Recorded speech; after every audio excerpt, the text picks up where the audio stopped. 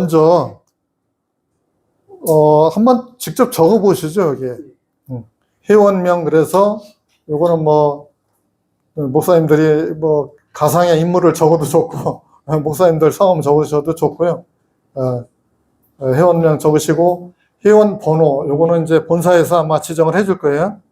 그 다음에 관계, 고인과의 관계는 왜 그러냐면 보고장 만들든지 어쨌든 그 정보가 필요하잖아요.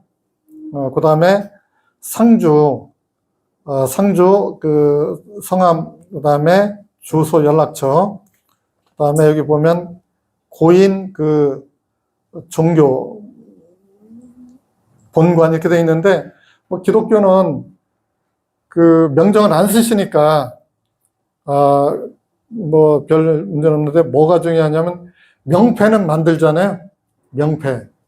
명패가 어떤 거예요? 여기 보시면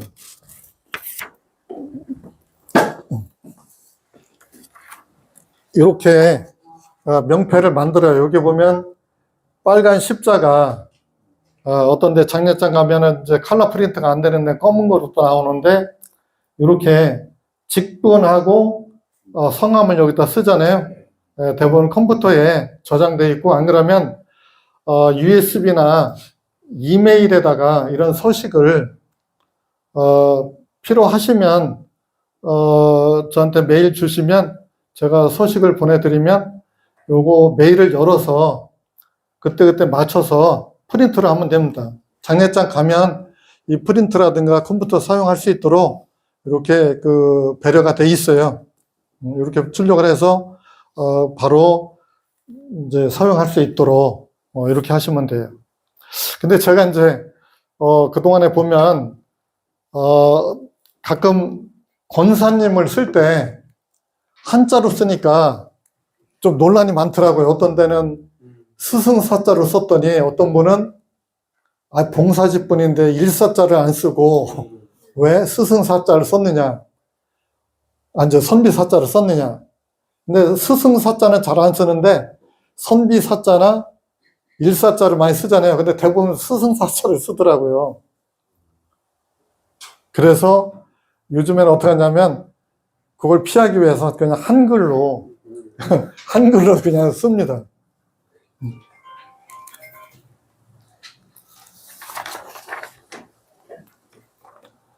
그 다음에 이제 그 도우미, 이제 이거는 날짜별로 몇 시부터 몇 시까지 투입할지를 정해야 되잖아요. 아까 제가 어떻게 됐어요? 뭐 11시에 몇 명 이렇게 통화하는 거 들으시죠? 왜 11시냐면 보통 점심시간 손님을 접대를 해야 되니까 11시 정도에 투입을 많이 해요. 근데 토요일이라든가 주일날은 조문객들이 아침에 일찍 올 수 있잖아요. 그때는 10시 정도.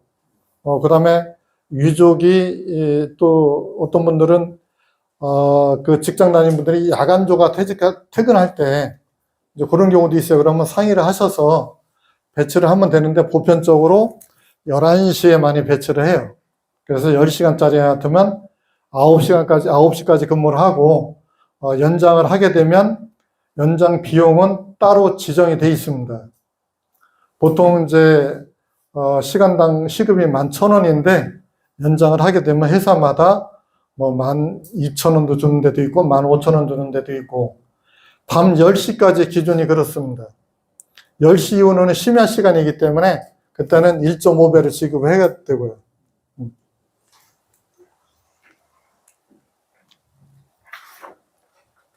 그 다음에 이제 차량도 상품에 여기 보면 그 거리를 이렇게 지정을 해놨습니다. 150km. 만약에 이제 150km가 넘어가면 따로 받아야 되겠죠. 보통 키로당 2,000원 정도, 어떤 때는 1,800원 정도 따로 받습니다. 그러고 이제 오른쪽에 오면은 상품이 있는데, 이제 상품은 이제 회사마다 뭐 이렇게 이름을 정해놔요. 그냥 금액으로 정해놓은 데도 있고, 아니면 예담처럼 뭐 윤술 몇 호 이런 식으로. 그러고 납입 회차가 몇 회고 얼마씩 납입했고 잔여 금액이 얼마냐. 이건 왜냐면 이거를 수금을 해야 돼요. 직접 수금을 해서 보통 이제 저 같은 경우에는 3일 차에 이제 발인하려고 그러면 굉장히 복잡하잖아요. 그래서 2일 차에 입관 끝나고 나서 발인 안내문 설명을 드리고, 발인 안내문에는 몇 시에 예배 올리고 몇 시에 출발하고, 그 다음에 영정은 누가 모실지, 그 다음에 운구는 몇 사람이 할지, 장지는 어디지, 뭐 이런 것들을 다 먼저 설명드리면서 이제 비용도 같이 설명을 드려요. 그래서 이튿날 거의 다 수금을 해요. 뭐 카드로 하시는 분도 있고 현금으로 하시는 분도 있고, 그러면 카드 단말기로 발행해드리면 되고, 현금으로 하시는 분들은 어떻게 돼요? 현금 영수증 발행해드려야 되잖아요. 그러면 그거는 현금 영수증 정보 받아서 이제 본사에 보내면 본사에서 이렇게 처리를 해주겠죠. 근데 제가 이제 이거는 좀 여담인데, 예전에 현금으로 많이 이제 받을, 이제 오래전 얘기죠. 그때는 보면은 이런 예가 있어요. 수금을 했는데 돈이 어마어마하게 많이 오는 경우도 있어요. 한번 저희 직원이 전화가 왔어요. 수금을 했는데 봉투에 100만 원이라고 써놨는데 열어보니까 500만 원이라고. 왜냐면 10,000원짜리를 넣는지 알았는데 5만 원짜리를 넣는 거예요. 그래서 어떻게 해요? 빨리 돌려줘라. 네. 그런 예도 있어요. 그리고 전에 대전에서 어떤 장로님이었는데, 이 돈을 관리를 젊은 사람한테 맡기면 괜찮은데 연세가 많은 분이 하다 보니까 돈을 받는데 수금액이 200 얼마였는데 많아요, 돈이. 제가 이렇게 볼 때도. 그래서 제가 장로님한테 다시 한번 세보십시오 그랬는데 한 400만 원이 넘는 거예요. 그런 예도 있어요. 근데 그 반면에 어떤 경우도 있냐면, 예전에 10,000원짜리 줄 때 10,000원짜리에 100장씩 묶어서 고무줄로 밴딩을 했는데 10,000원씩 다 뺀 경우가 있더라고요. 400만 원 수금했는데 10,000원씩이 다 빠졌어. 그래서 왜 그런가 봤더니 그분이 전날 저한테 뭐라고 했냐면 양복 한 벌을 서비스 해달라고 그랬어요. 근데 저는 이제 직원 입장이니까 제가 하는 것 같으면 제가 해드릴 수도 있는 부분인데, 이 본사에 보고해서 결제받으니까 어렵잖아요. 그래서 좀 죄송하다고 했더니 그거를 다 뺐더라고요. 저는 안 세봤어요. 왜냐면 지금까지 유족이 돈을 수금 금액보다 적게 준지는 없었어요. 그래서 안 셌더니 나중에 사무실 와서 보니까 돈이 없어요. 그래서 다시 연락한들 인정 안 하겠죠. 그래서 제가 이제 그거를 그냥 부담하고 말았는데, 그런 예도 있고, 제가 서울에서 서비스를 할 때 어떤 일이 있었냐면 위조 지폐가 들어있는 걸 봤어요. 10,000원짜리가 위조 지폐예요. 이거를 이제 세다 보니까 느낌이 좀 얇은데, 은박지로 이렇게 그 10,000원의 은박지를 이렇게 붙여서 그렇게 그런 예도 있어요. 그래, 그건 제가 어쨌든 손해봤죠. 그 유통하면 제가 처벌받잖아요. 그래서 그거는 어쨌든, 그래서 개수기로, 지금은 이제 장례장 개수기 있으니까 현금 주면 개수기로 처리하고, 가급적이면 저는 그래 현금을 안 받아요. 계좌로 입금하시든 카드로 하시라고요. 그게 가장 좋아요. 그러고 현금을 들고 다니려고 그러면 부담스러워요. 그런, 참고로. 그쪽도 위주식 필요하신 분이 있구나. 하긴 누가 했는지 모르니까. 야, 모르죠. 모르니까. 그런 예가 있었습니다. 그 다음에 그 밑에 보면 이제 그 화장 시설 중요하겠죠. 대전 정수원, 은하수, 은하수. 또 중요한 게 뭐냐면, 아까 그 유골함 업체 제가 통화하는 거 들으셨죠? 유골함 업체가 유골함을 가지고 오려면 어떻게 돼요? 화장장 어디고 몇 회 차인지를 알려줘야 됩니다. 그 다음에 장지는 보통 우리가 어떻게 표현하냐면, 화장 같으면 1차 장지, 2차 장지 이렇게 나눠요. 1차 장지는 어디예요? 화장장이에요. 근데 2차 장제는 어디예요? 봉안당. 아니면 자연장제 같으면 자연장. 또 가족 선산으로 가면은 가족 선영. 뭐 이렇게 1차 장지, 2차 장지 이렇게 나눕니다.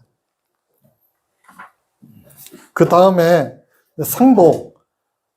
남자 여자 돼 있는데 이게 왜 중요하냐면 상복을 무제한 제공할 수는 없잖아요. 그러니까 상품마다 그 정해졌어요. 만약에 A라는 상품에는 상복이 5벌이다. 그러면 5벌 넘어가는 거는 추가로 수금을 하셔야 돼요. 추가로 수금하면 이제 그 저희 같은 경우에는 그 추가로 발생된 부분에 있어서 그 수익금을 비율로 나눕니다. 나누는데 그거는 뭐 회사마다 조금씩 틀려요.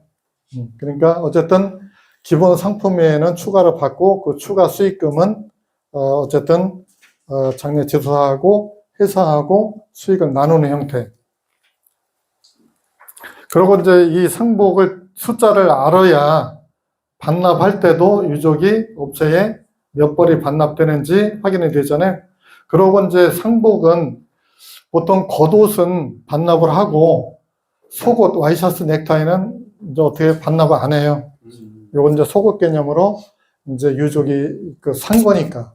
그래서 이제 반납하실 분들은 하셔도 되는데, 요거는 이제 구매로 한 거예요. 와이셔츠, 넥타이는.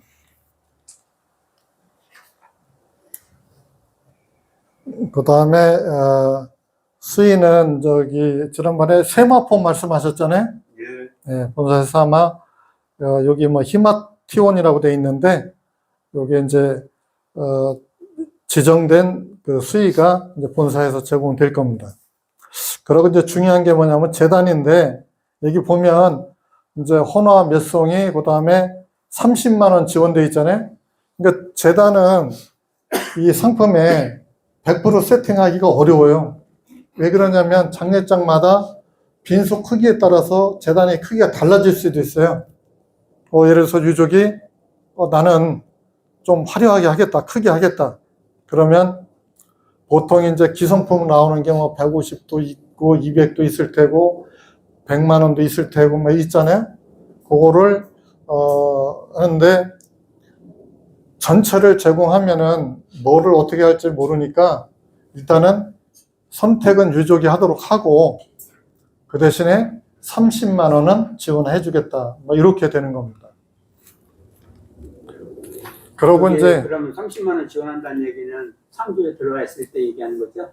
그러니까 이제 상품을 어떤 거에 이제 사용할 때 지금 여기는 아마 어떤 상품인지 모르겠지만 상품이 한 가지로 지정된 것 같아요. 그러면 이 상품에는 30만 원을 지원해 주겠다 이런 거죠. 그러니까 이제 우리가 광고 많이 들어보셨을 거예요. 10년, 20년 지나도 물가가 올라도 그 다음에 어떻게 돼요? 변화가 없습니다. 맞습니다. 변압이 없을까요? 있잖아요. 네. 변함이 없다고 했는데, 이제 그야말로 그 문구대로 하면 변함이 없는 겁니다. 우리 문구에 약관에 30만 원 지원해줘서 30만 원 지원했죠. 근데 저 꽃장식은 어때요? 가격이 매년 올라가요. 그러니까 뭐냐면 또 6g 값도 매년 올라가요. 그러니까 어떻게 돼요? 그거는 10년, 20년 올라도 똑같지 않다. 광고를 그렇게 하면 허위라고 그러잖아요. 근데 그것도 허위라고 또 인식할 수도 없는 게 뭐냐면 우리는 30만 원만 지원해 주지 않았느냐 이렇게. 근데 요것만 해도 되기는 돼요. 근데 꽃이 30만 원 같으면 꽃이 보편적으로 크지는 않죠. 근데 6g은 그 상표에 들어도 따로 계산하는 것 같은데요? 그거는 뭐냐면 상품에 어떻게 됐는지를 보셔야 돼요. 상품에 보면 6g이 없는 데도 있고 어떤 데는 그냥 애매하게 써놨어요. 뭐 기본 6g, 어떤 거는 고급 6g, 고급 황토. 그럼 이거를 뭔지를 몰라요. 우리가 이 그 상품들, 상조 상품도 보면 대부분이 어떻게 못해 황토 요구람, 아니면 기본 요구람, 고급 요구람만 이렇게 돼 있지. 근데 종류가 요구람이 굉장히 많아요.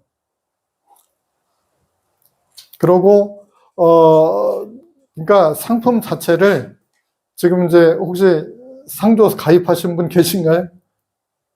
가입하셨으면 상품 내역을 보셔야 돼요. 거기에 보면 요구함을 어떻게 돼요? 요구함이 들어가 있는지 빠져 있는지 들어가 있다면 어떤 건지 이런 걸 보시고 하셔야 돼요. 대부분이 저가 상품들이 요구함이 빠져 있어요. 빠져 있는데 그 빠져 있는 이유가 있죠. 그건 뭐 제가 구체적으로 설명 안 드려도 아마 아실 거예요. 싼 게 비지떡이니까. 혹시 여기까지 뭐 질문 있으실까요?